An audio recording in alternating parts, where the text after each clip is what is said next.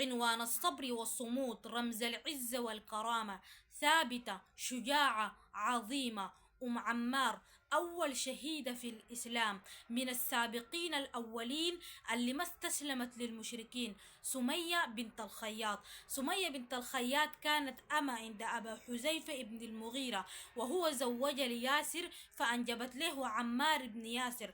وسمية بنت الخياط من الأوائل اللي أظهروا إسلامهم من بداية الدعوة بعد أبي بكر الصديق وبلال وسهيب وخباب رضي الله عنهم، وهم آل ياسر جميعهم أظهروا إسلامهم من بداية الدعوة. سمية بنت الخياط وزوجها ياسر وابنها عمار بن ياسر، ولما أسلموا كانوا بيتعرضوا لأقصى أنواع العذاب من كفار قريش، ولكن صبروا وتحملوا ورفضوا يرجعوا للشرك. وكان النبي صلى الله عليه وسلم بيمر عليهم فبيلقاهم بيتعرضوا لأقصى أنواع العذاب، فالنبي صلى الله عليه وسلم بيطمئنهم وبيقول لهم صبرا آل ياسر فإن موعدكم الجنة، إلى أن اضطر ولد عمار بالهجرة وشهد مع النبي صلى الله عليه وسلم بدر وأحد وغيرها من المشاهد. وسمية بنت الخياط برغم العذاب اللي تعرضت له من كفار قريش وخاصة أبي جهل، إلا أنها تمسكت بدينها وعقيدتها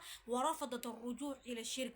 وأبي جهل هو من قتل سمية بنت الخياط، وأبي جهل أصلا اسمه عمرو بن هشام وكنيته بأبي الحكم، ولكن النبي صلى الله عليه وسلم سماه بأبي جهل لأنه قتل سمية بنت الخياط، لأنه قتل عجوز ضعيف فقط لأنها تمسكت بدينها وعقيدتها ورفضت الرجوع إلى الشرك، فطعن بحربة إلى أن ماتت، فأسماه النبي صلى الله عليه وسلم بأبي جهل. وسمية بنت الخياط رضي الله عنها بعد صبر وصمود وتحمل للأذى استشهدت بمكة رضي الله عنها وأرضاها، وجمعنا الله وإياكم بها.